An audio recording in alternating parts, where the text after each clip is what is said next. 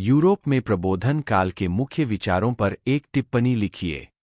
प्रबोधन काल, enlightenment, Europe में 17वीं और 18वीं शताब्दी के दौरान एक प्रमुख बौद्धिक और सांस्कृतिक आंदोलन था।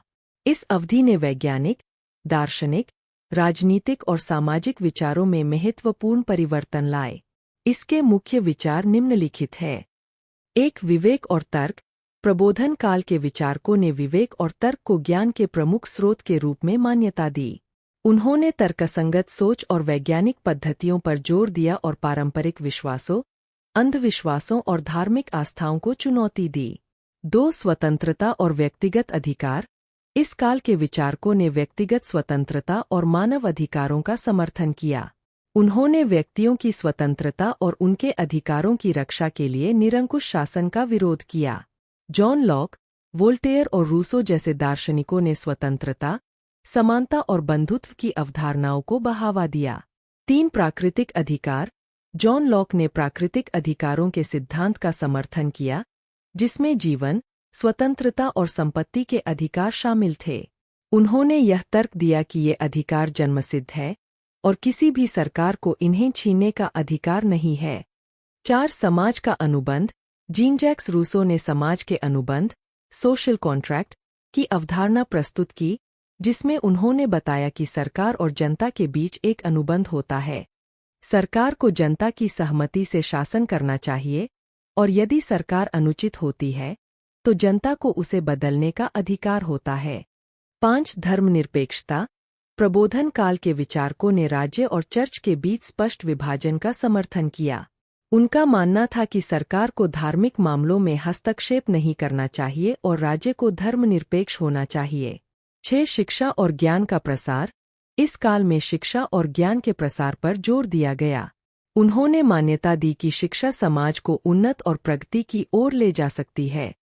इनसाइक्लोपीडिया जैसी ज्ञान की पुस्तकें इसी काल में प्रकाशित हुईं। 7. वैज्ञानिक क्रांति। इस अवधि में वैज्ञानिक क्रांति ने जोर पकड़ा। आइजैक न्यूटन और गैलीलियो गैलीली जैसे वैज्ञानिकों ने भौतिकी, खगोलशास्त्र और गणित के क्षेत्र में महत्वपूर्ण खोजें कीं। प्रबोधन काल ने यूरोप की सामाजिक, राजनीतिक और सांस्कृतिक संरचना को बदलने में महत्वपूर्ण भूमिका निभाई। इसने आधुनिकता की नींव रखी और लोकतंत्र, मानवाधिकार और वैज्ञानिक उन्नति की दिशा में समाज को प्रेरित किया। इंग्लैंड में क्रांति के दौरान विभिन्न सामाजिक और राजनीतिक गुटों के बीच के संघर्ष की विवेचना कीजिए। इंग्लैंड में 17वीं शताब्दी के दौरान क्रांति, विशेष रूप से इंग्लिश सिविल वॉर 1642 से 1651, ने देश के सामाजिक और राजनीतिक परिदृश्य में बड़े परिवर्तन लाए।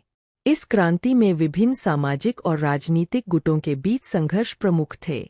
निम्नलिखित गुट और उनके संघर्ष इस अवधि के मुख्य पहलू हैं।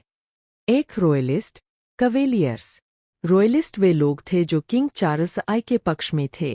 इनमें प्रमुखतः निम्न वर्ग शामिल थे: बड़े मालिक और अभिजात्य वर्ग, राजा के समर्थक, जो उनके शासन को वैध मानते थे और राजशाही के अधिकारों को बनाए रखने के पक्ष में थे।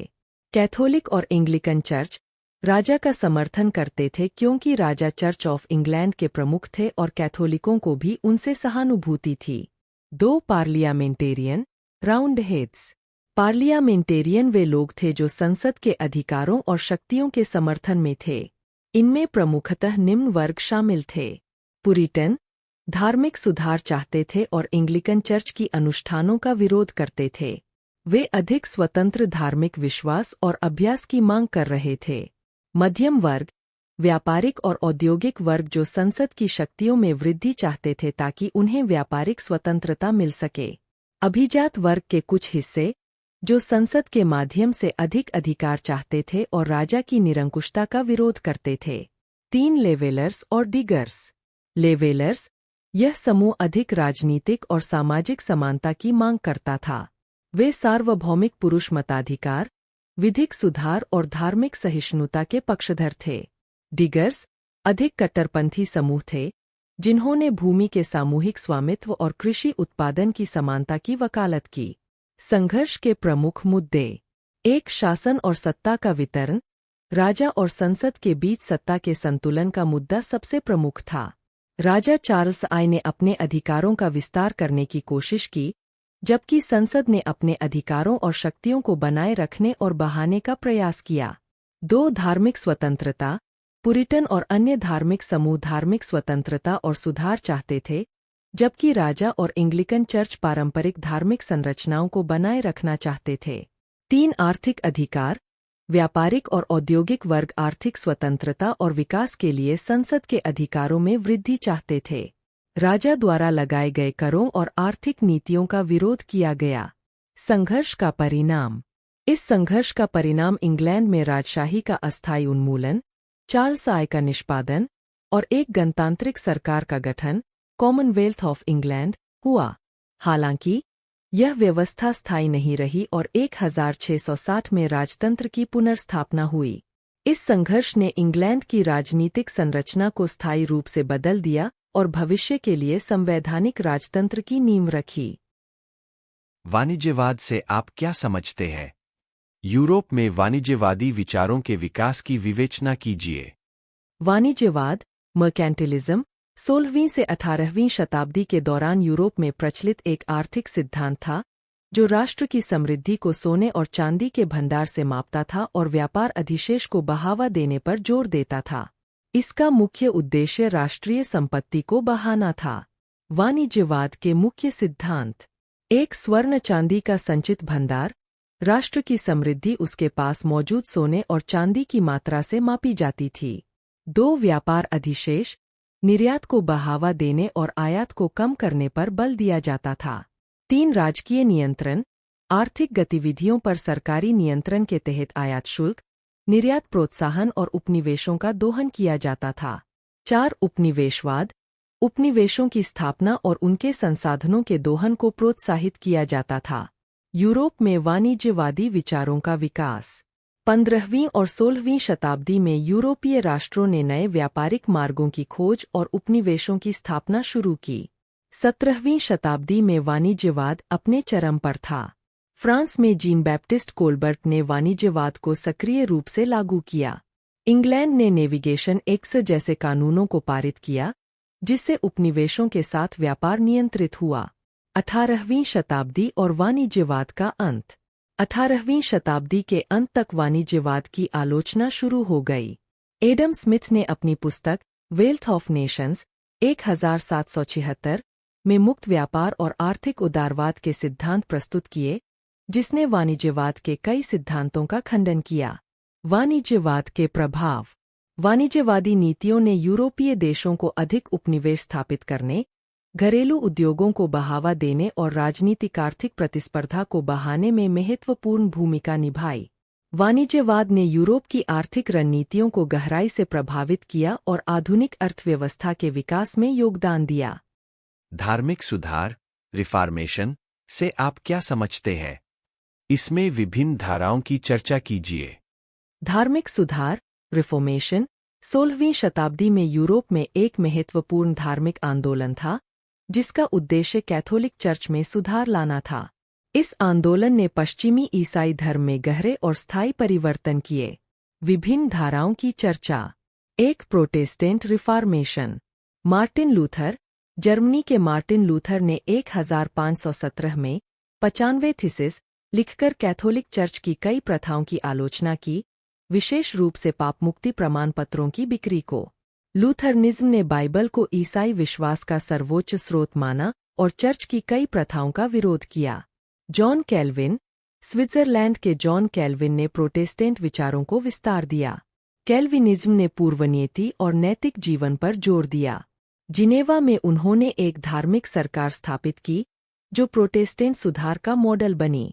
अंग्लिकन चर्च। इंग्लैंड के राजा हेनरी 8 ने 1534 में कैथोलिक चर्च से अलग होकर चर्च ऑफ इंग्लैंड की स्थापना की। यह अलगाव राजनीतिक और व्यक्तिगत कारणों से प्रेरित था, लेकिन बाद में इसमें प्रोटेस्टेंट सिद्धांत शामिल हो गए। 2 Catholic reformation, counter reformation. Council of Trent 1545 से 1563 उदास्माइली इस परिषद ने कैथोलिक सिद्धांतों की पुष्टि की और चर्च की कई आलोचित प्रथाओं में सुधार किया। Jesuit order. इग्नाटियस लोयोला द्वारा स्थापित इस ऑर्डर ने शिक्षा और मिशनरी कार्यों के माध्यम से कैथोलिक विश्वास को पुनर्जीवित करने का प्रयास किया। धार्मिक कला और साहित्य। बारोक कला और साहित्य का उपयोग धार्मिक भावनाओं को जागृत करने और विश्वासियों को प्रेरित करने के लिए किया गया। प्रभाव। धार्मिक सुधार ने यूरोप के धार्मिक, राजनीतिक और सामाजिक ढांचे को गहराई से प्रभावित किया। इससे धार्मिक विभाजन हुआ और विभिन्न प्रोटेस्टेंट संप्रदायों का उदय हुआ। कैथोलिक और प्रोटेस्टेंट देशों के बीच संघर्ष बढ़ा, जिससे कई धार्मिक युद्ध हुए। इसने व्यक्तिगत धार्मिक स्वतंत्रता, शिक्षा और बाइबल अध्ययन के महत्व को बढ़ाया और आधुनिक युग में धार्मिक विचारों और प्रथाओं की नींव रखी। इंग्लैंड में बाड़ाबंदी की प्रक्रिया की व्याख्या कीजिए। बाड़ाबंदी, एनक्लोजर, 16वीं से 19वीं शताब्दी तक इंग्लैंड में एक महत्वपूर्ण आर्थिक और सामाजिक परिवर्तन था। इस प्रक्रिया में सार्वजनिक और सामूहिक रूप से उपयोग की जाने वाली कृषि भूमि को घेराबंदी करके निजी संपत्ति में परिवर्तित कर दिया गया। यह प्रक्रिया मुख्यतः 3 चरणों में हुई: प्रारंभिक, मध्य और अंतिम। प्रारंभिक चरण 16वीं, 17वीं शताब्दी। इस चरण में बाड़ाबंदी की प्रक्रिया धीमी और अनियमित थी। व्यक्तिगत जमींदारों ने अपनी भूमि को निजी उपयोग के लिए घेराबंदी करना शुरू किया। इसका मुख्य उद्देश्य भेड़ पालन को बढ़ावा देना था, क्योंकि ऊन व्यापार उस समय अत्यधिक लाभदायक था। इस समय किसानों और ग्रामीण समुदायों का विरोध शुरू हो गया, क्योंकि वे अपनी सामूहिक भूमि खो रहे थे। मध्य चरण 18वीं शताब्दी। 18वीं शताब्दी में औद्योगिक क्रांति के प्रभाव से बाड़ाबंदी की प्रक्रिया तेज हो गई। इस चरण में संसद ने कई अधिनियम पारित किए, जिन्हें एनक्लोजर एक्ट्स कहा जाता है। इन अधिनियमों ने जमींदारों को कानूनी रूप से सामूहिक भूमि को घेराबंदी करके निजी संपत्ति में बदलने की अनुमति दी। इसका परिणाम था कि बड़ी संख्या में किसान अपनी जमीन और आजीविका खोने लगे।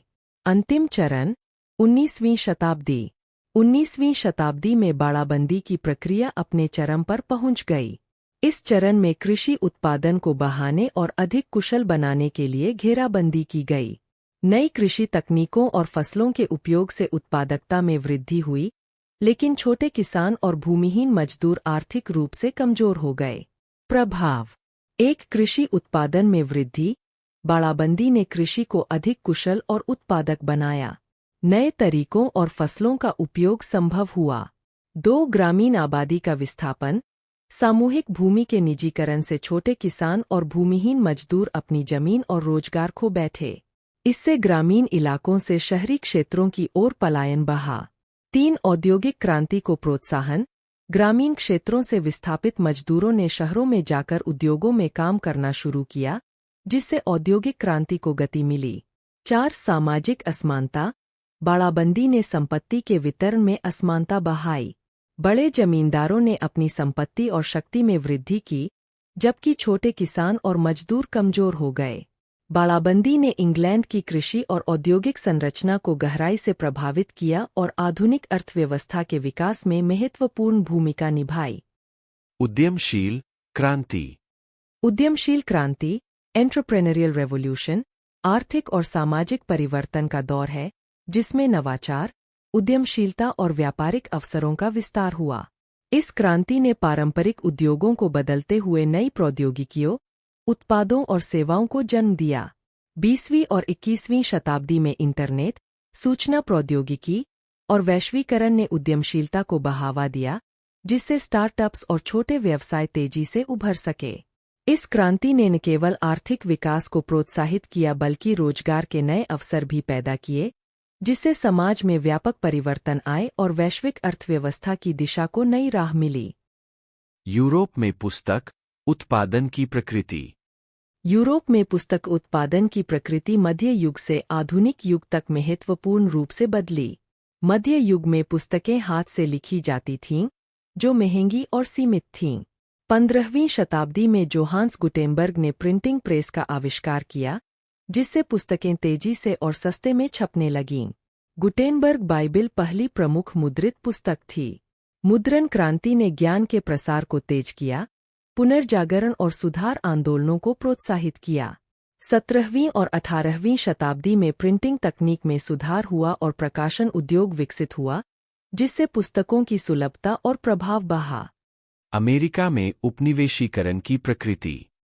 अमेरिका में उपनिवेशीकरण 16वीं से 18वीं शताब्दी तक यूरोपीय शक्तियों जैसे कि स्पेन, फ्रांस, इंग्लैंड और नीदरलैंड्स द्वारा किया गया। प्रारंभ में उपनिवेशीकरण व्यापारिक लाभ, संसाधनों और धार्मिक स्वतंत्रता की खोज में हुआ। स्पेन ने दक्षिण और मध्य अमेरिका पर नियंत्रण स्थापित किया, जबकि इंग्लैंड और फ्रांस ने उत्तर अमेरिका में उपनिवेश स्थापित किए। यूरोपीय शक्तियों ने स्थानीय जनजातियों को उपनिवेशित किया और उनकी भूमि का दोहन किया।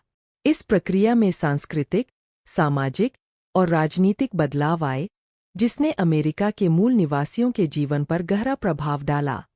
महान विचलन, ग्रेट डाइवर्जेंस, 18वीं और 19वीं शताब्दी के दौरान यूरोप और अन्य हिस्सों के बीच आर्थिक और तकनीकी असमानता के बढ़ने की प्रक्रिया को दर्शाता है। इस अवधि में पश्चिमी यूरोप और उत्तरी अमेरिका ने औद्योगिक क्रांति के माध्यम से तीव्र आर्थिक विकास किया, जबकि अन्य क्षेत्रों जैसे एशिया, अफ्रीका और लैटिन अमेरिका इस स्तर पर नहीं पहुंच सके। इसके कारणों में औद्योगिक नवाचार, संसाधनों का बेहतर उपयोग और राजनीतिक स्थिरता शामिल है। इसने वैश्विक आर्थिक असमानता को बढ़ाया और पश्चिमी देशों के प्रभुत्व को मजबूत किया। 17वीं शताब्दी के संकट की उत्पत्ति।